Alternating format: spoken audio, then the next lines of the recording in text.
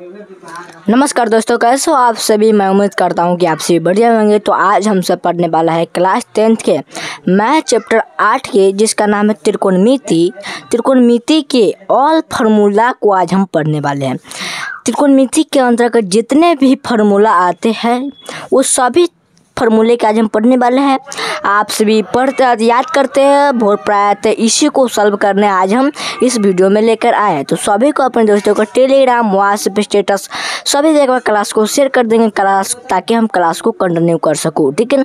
और अभी तक आप सभी व्हाट्सएप ग्रुप में नहीं जुड़े हैं, व्हाट्सएप चैनल में नहीं जुड़े हैं, तो आप सभी डिस्क्रिप्शन में लिंक है, जाकर आप सभी व्हाट्सएप चैनल में जुड़िएगा। तो चलो हम क्लास को कंटिन्यू करते हैं और एक एक करके ऑल फार्मूला देखते हैं त्रिकोणमिति के, ठीक है ना। तो चलिए आप सभी तैयार हो जाइए पढ़ने के लिए।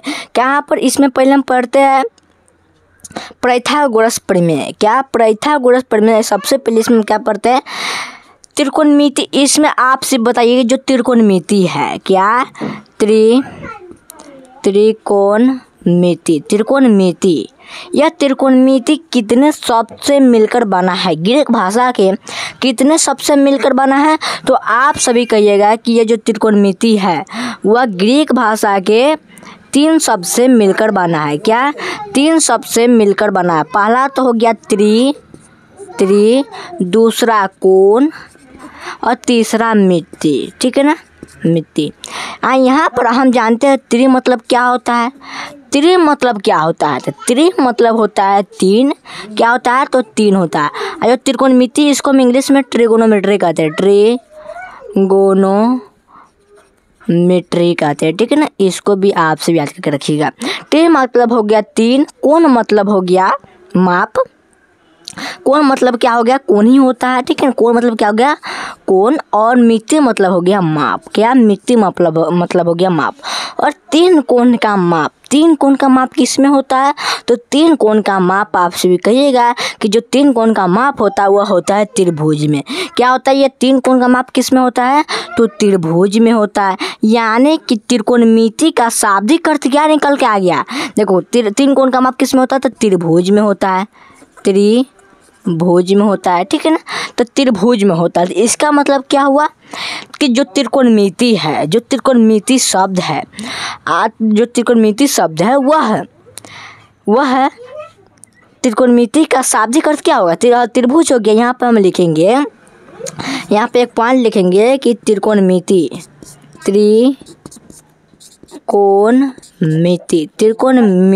का शाब्दिक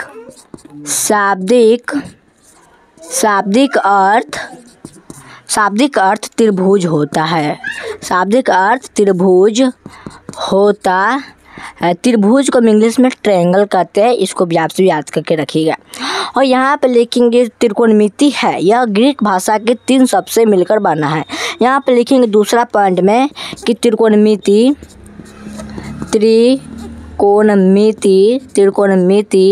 ग्रीक भाषा के क्या, ग्रीक भाषा के 3 शब्द से मिलकर बना है। पहला इसमें हो जाएगा क्या, त्रि, जिसका अर्थ 3 होता है, 3 होता है, ठीक है ना, ठीक है। त्रिकोणमिति ग्रीक भाषा के 3 शब्द से मिलकर बना है। त्रि जिसका अर्थ होता है 3 होता है, उसके बाद कोण यानी कि कोण होता है, और मिति का मतलब माप होता है, ठीक है ना। ये 3 शब्द से मिलकर बना है, ठीक है ना।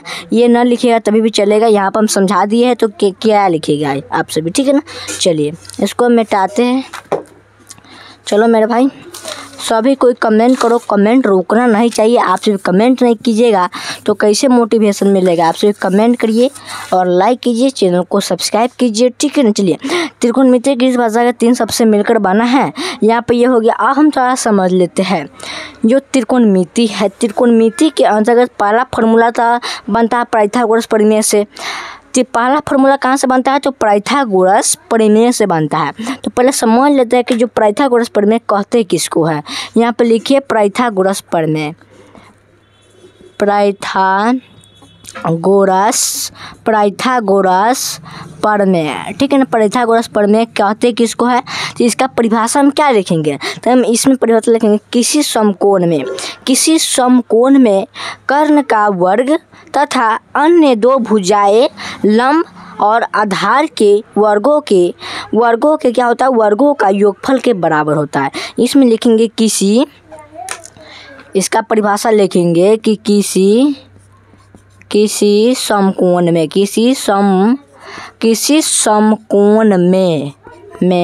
कर्ण का वर्ग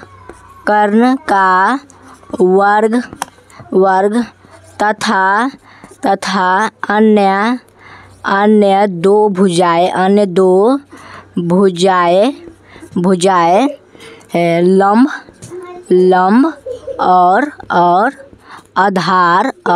और आधार के वर्गों के योगफल के बराबर होता है। वर्गों के योगफल के बराबर होता है। इसका हम डेफिनेशन यही लिखेंगे। पाइथागोरस प्रमेय किसे कहते हैं, तो यहाँ पर लिखेंगे किसी समकोण में कर्ण का वर्ग तथा अन्य दो भुजाएं लंब और आधार के वर्गों के योगफल के बराबर होता है, उसे हम पाइथागोरस प्रमेय कहते हैं, ठीक है ना। चलिए यहाँ पर उससे पहले आपसे बता देते हैं पाइथागोरस प्रमेय के अंतर्गत कितने फार्मूला बनते हैं, तो 6 फार्मूला बनते हैं। क्या 6 फार्मूला बनते हैं, वो लिखा देते हैं, ठीक है ना। पहले आपसे उससे फार्मूला बताने से पहले आपसे भी बताइए यह क्या है, यह कौन त्रिभुज है, तो आप सभी कहिएगा कि यह समकोण त्रिभुज है। क्या है, तो यह एक समकोण त्रिभुज है ना। यह क्या है, तो एक समकोण त्रिभुज है। यह जो कोण बन रहा है बीच में, यह वाला जो कोण बन रहा है, यह कितने डिग्री का कोण बनता है, समकोण त्रिभुज में कितने डिग्री का कोण बनता है, तो आप सभी कहिएगा कि इसमें 90 डिग्री का कोण बनता है, ठीक है ना। और मान लो कि इस कोण को हम थीटा मान लेते हैं, ठीक है, इस थीटा मान लेते हैं। और ये भी क्या है, ये थीटा है, यह न्यून कोण है। क्या, जो थीटा न्यून कोण किसे कहते हैं, वैसे कोण जिनका मान 0 डिग्री से बड़ा और 90 डिग्री से छोटा उसे हम न्यून कोण कहते हैं। तो यह कोण है और यह कोण न्यून कोण है, और ये जो कोण है 90 डिग्री का, यह समकोण है। समकोण किसे कहते हैं, जिसका मान 90 डिग्री हो उसे हम समकोण कहते हैं, ठीक है ना। इसका हम नाम दे देते हैं ए बी और सी, ठीक है ना। ABC इसका नाम रख दिए। तो आप से बताइए कि 90 डिग्री के सामने वाले कोण को हम क्या कहते हैं, 90 डिग्री के सामने वाले कोण को हम क्या कहते हैं, तो आप सभी कहिएगा कि कर्ण कहते हैं। क्या, कर्ण कहते हैं, यानी कि इसको हम हाइपोटेनस इंग्लिश में कहते हैं, इसीलिए इसको हम H से सूचित करते हैं, ठीक है ना। कोई दिक्कत आप सभी को बताएंगे, ठीक है ना। उसके बाद जो यहाँ पर थीटा के सामने वाला को हम क्या कहते हैं, थीटा या कोण के सामने वाले भुजा को हम क्या कहते हैं, तो इसको हम कहते हैं लंब। क्या कहते हैं, तो लंब कहते हैं। इसको हम क्या कहते हैं, परपेंडिकुलर कहते हैं इंग्लिश में, इसीलिए इसको शॉर्टकट में नाम है P, ठीक है ना। इसको हम शॉर्टकट में P लिखते हैं, P से सूचित करते हैं। उसके बाद जो यह कोण बच गया, तो इस कोण को हम कहते हैं आधार। क्या, आधार कहते हैं, यानी कि बेस, BAC, यानी कि इसको हम B से सूचित करते हैं, ठीक है ना। तो आपसे बताइए यहाँ तक तो कोई दिक्कत नहीं हुआ होगा। उसके बाद आप समझते हैं पाइथागोरस प्रमेय के अंतर्गत कितने फार्मूला आते हैं, सभी फार्मूला के एक एक करके पढ़ते हैं। तो आपसे बताइए इस पाइथागोरस प्रमेय वाला इसमें बताएंगे कि कर्ण बराबर क्या होता है, माने कि कर्ण स्क्वायर बराबर क्या होता है, कर्ण बराबर क्या होता है, बताइए। आपसे पाइथागोरस प्रमेय पूछ रहा है, इसमें आप सभी बताइए कर्ण, क्या, कर्ण स्क्वायर, क्या कर्ण स्क्वायर बराबर क्या होता है।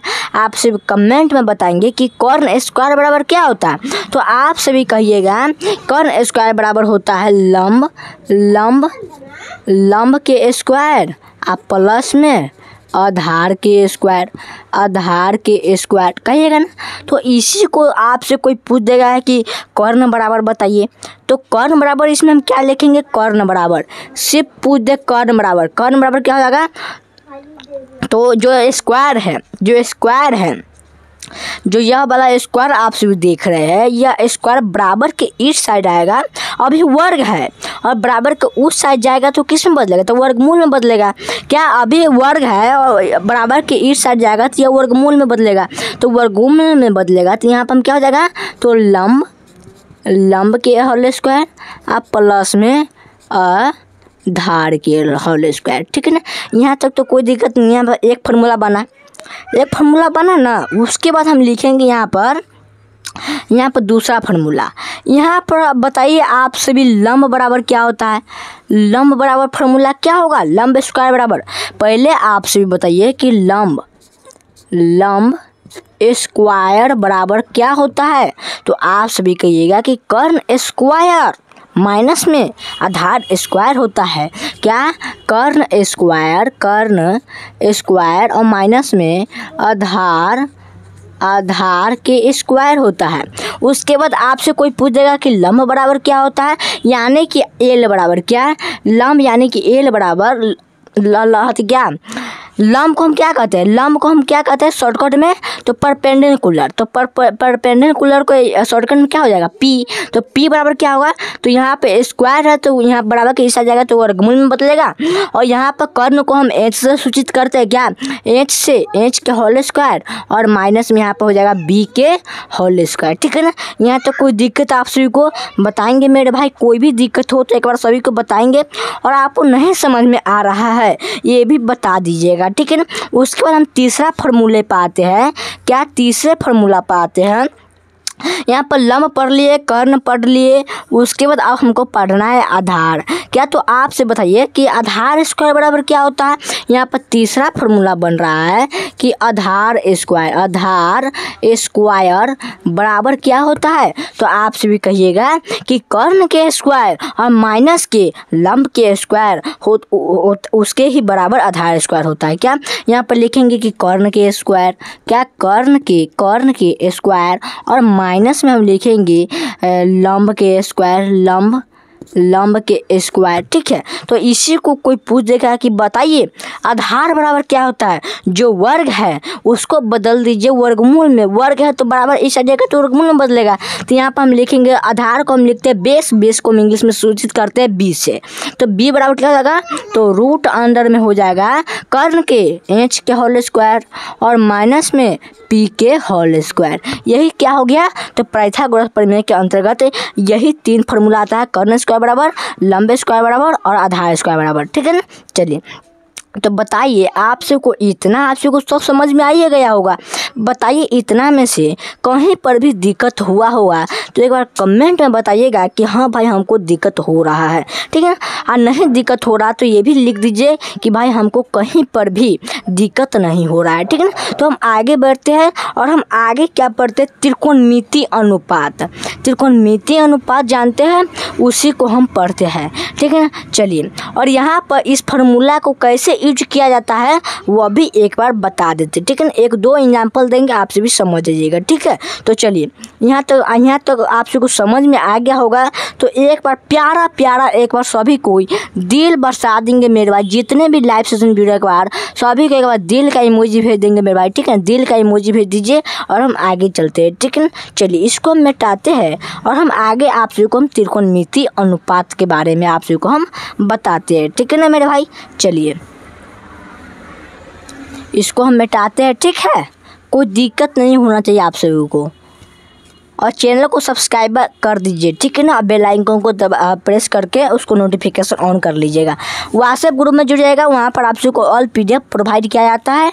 ठीक है ना, व्हाट्सएप में आप सभी जुड़ जाइएगा। ठीक है, चलिए व्हाट्सएप में आप सभी जुड़ने का कष्ट करें जल्द से जल्द, ताकि वहाँ आप सभी को बहुत फ़ायदा होने वाला है। चलिए यहाँ पर हम समझते हैं त्रिकोणमिति अनुपात। उससे पहले पाइथागोरस प्रमेय के कुछ प्रश्न। क्या? यहाँ पर आपसे भी लिखिए पाइथागोरस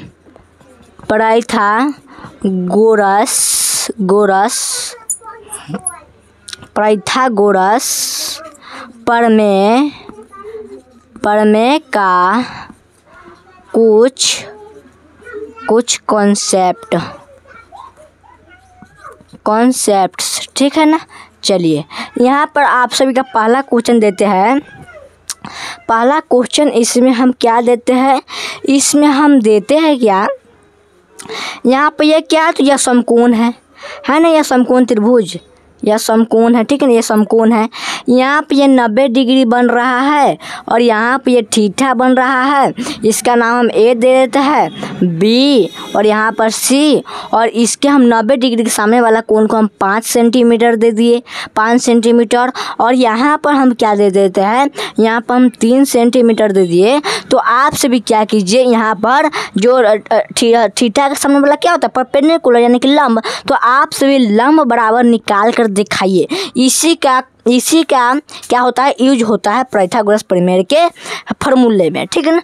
चलिए इसमें हमको लंब बराबर निकालने के लिए हमको क्या करना पड़ेगा, तो पाइथागोरस प्रमेय से हमको लंब निकालना पड़ेगा। तो यहाँ पर हम लिखेंगे, यहाँ पर हम पाइथागोरस प्रमेय से लिखेंगे क्या, पाइथागोरस, ठीक है, गोरस प्रमेय से, ठीक है ना। यहाँ पर क्या निकालना है, तो हमको लंब निकालना है, सिर्फ हमको लंब बराबर निकालना है, सिर्फ हमको लंब का ज़रूरत है। तो लंब बराबर क्या होता है, तो रूट अंडर में होता है कर्ण के स्क्वायर, क्या, कर्ण के स्क्वायर और माइनस में आधार के स्क्वायर, ठीक है ना, आधार के स्क्वायर। और यहाँ पर कर्ण का मान कितना है, तो कर्ण का मान है 5 सेंटीमीटर यानी कि 5 का होल स्क्वायर, और माइनस में आधार है 3 सेंटीमीटर यानी 3 का होल स्क्वायर हो जाएगा। और यहाँ पर हम निकालेंगे तो 5 × 25 हो गया और माइनस के 9 हो गया, 9 में से 25 जाएगा तो कितना होगा, तो 16 9 25 होता है यानी कि 16, और 16 किसका वर्ग है, तो 16 आप कीजिएगा कि 4 का वर्ग यानी कि 4 सेंटीमीटर निकल कर आ गया, क्या, 4 सेंटीमीटर निकल कर आ गया। बताइए आप सभी को जब पाइथागोरस प्रमेय का यूज करने आएगा ना, आप सभी को परीक्षा में आपसे कोई पूछ देगा कि लंब है 4 सेंटीमीटर और आधार है 3 सेंटीमीटर, तो कर्ण निकाल ले, ऐसे भी सवाल आ सकता है। तो ऐसे सवाल सब आएंगे तो आपसे बना देंगे पूरा बिल्कुल, ठीक है ना। तो चलिए आपसे एक और सवाल देते हैं। यहाँ पर हम क्या दे देते हैं, एक सवाल यहाँ पर देखिए, ये समकोण त्रिभुज है ना, एक समकोण त्रिभुज। चलिए एक समकोण त्रिभुज है, ये 90 डिग्री यहाँ पर बन रहा है, ठीक है ना। ये यहाँ पर थीटा है, ठीक है, यहाँ पर क्या थीटा है, ये मान लेते हैं पी क्यू और यहाँ पर हम आर मान लेते हैं, ठीक है ना, पी क्यू आर मान लेते हैं। और यहाँ पर आप सभी को हम मान दे देते हैं, यहाँ पर हम कितना मान देते थे आप सभी को, तो हम 13, यहाँ पर 13 सेंटीमीटर, 12 सेंटीमीटर और इसको आपको आधार बराबर आपको निकाल कर दिखाना है, क्या, यानी कि बी बराबर निकाल कर हमको दिखाना है। तो चलिए इस क्वेश्चन को हम कैसे बनाएंगे, आपको क्या दे चुका है यहाँ पर, कर्ण, क्या, कर्ण यानी कि एच बराबर दे चुका है, पी बराबर भी दे चुका है, तो बी निकालिए। तो बी कैसे निकालेंगे, तो पाइथागोरस प्रमेय का यूज करेंगे, क्या, यहाँ पर लिखेंगे पाइथागोरस प्रमेय से, यहाँ पर लिखेंगे पाइथागोरस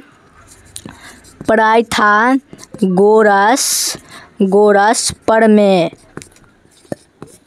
से, ठीक है ना। चलिए यहाँ पाइथागोरस प्रमेय से करेंगे तो यहाँ पर आधार बराबर पूछ रहा है, क्या, आधार बराबर फार्मूला आपसे को बताए थे, तो एक बार कमेंट में पेस्ट कर दीजिए लिखकर कि आधार बराबर क्या होता है। तो आधार बराबर होता है कर्ण के स्क्वायर, क्या, कर्ण के स्क्वायर और माइनस के लंब के स्क्वायर होता है, और यहाँ पर कर्ण का मान कितना दिया हुआ है सवाल में, तो कर्ण का मान यहाँ पर 13 सेंटीमीटर दिया है, तो 13 का होल स्क्वायर और माइनस में लंब का मान दिया है इसमें 12 सेंटीमीटर यानी कि 12 के होल स्क्वायर। अच्छा बताइए कि 13 का वर्ग करेंगे, 13 का वर्ग कितना होगा, तो 169 होगा, क्या, 169 होगा, और माइनस में 12 का वर्ग कितना होगा, तो 144 होगा।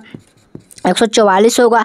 यहाँ से जब हम निकालेंगे इसमें देखो 9 में से 4 गया तो यहाँ पर 5 बच गया, 6 में से 4 गया तो यहाँ पर 2 बच गया, 1 में से 1 गया तो यहाँ पर कुछ भी नहीं बचा। यानी कि 25 किसका वर्ग है? जो 25 है, 25 रूट 100 में है तो 25 किसका वर्ग है? तो 5 का वर्ग है। यानी कि बाहर निकल जाएगा 5 सेंटीमीटर। यानी कि हमको बी कितना निकल गया? तो 5 सेंटीमीटर हमको बी निकल गया। यही क्या है? तो इस सवाल का आंसर है। ठीक है ना मेरे भाई, यही इस सवाल का आंसर है। तो बताइए आप सभी को कोई भी सवाल पूछे आप सभी से कि पाइथागोरस प्रमेय से कोई भी मान निकालना हो, कोई भी मान निकालना हो तो आप तो निकाल देंगे।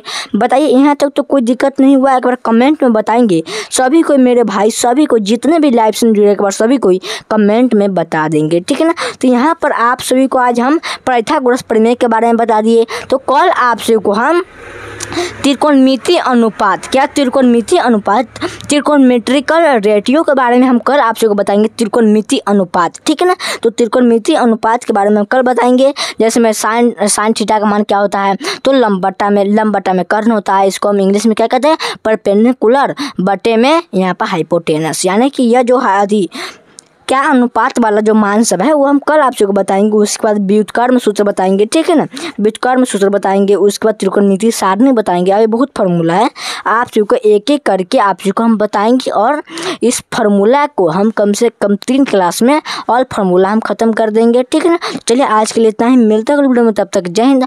आपसे पढ़ते रहिए, मुस्कुराते रहिए और चैनल को सब्सक्राइब कर दीजिए ताकि एक भी त्रिकोणमितीय का फार्मूला ना छूटे और एक भी वीडियो ना छूटे, ताकि आप से वो बहुत बढ़िया से पढ़ते रहिए। ठीक है ना। चलिए आज के लिए इतना ही, मिलता है वीडियो में, तब तक जय हिंद। आपसे बताइएगा कि यह क्लास आप को कैसा लगा। बढ़िया लगा तो लाइक कीजिए, नहीं बढ़िया लगा तो छोड़ के चले जाइए। ठीक है ना। चलिए आप सबको तो हम उम्मीद करता हूँ कि आप सबको यह सभी पाइथागोरस के जितने भी फार्मूला आते हैं और जो भी सवाल इसमें बनते हैं वो आप सबको पूरा समझ में आया होगा। ठीक है ना। चलिए आज के लिए इतना ही, मिलते हैं वीडियो में, तब तक जय हिंद।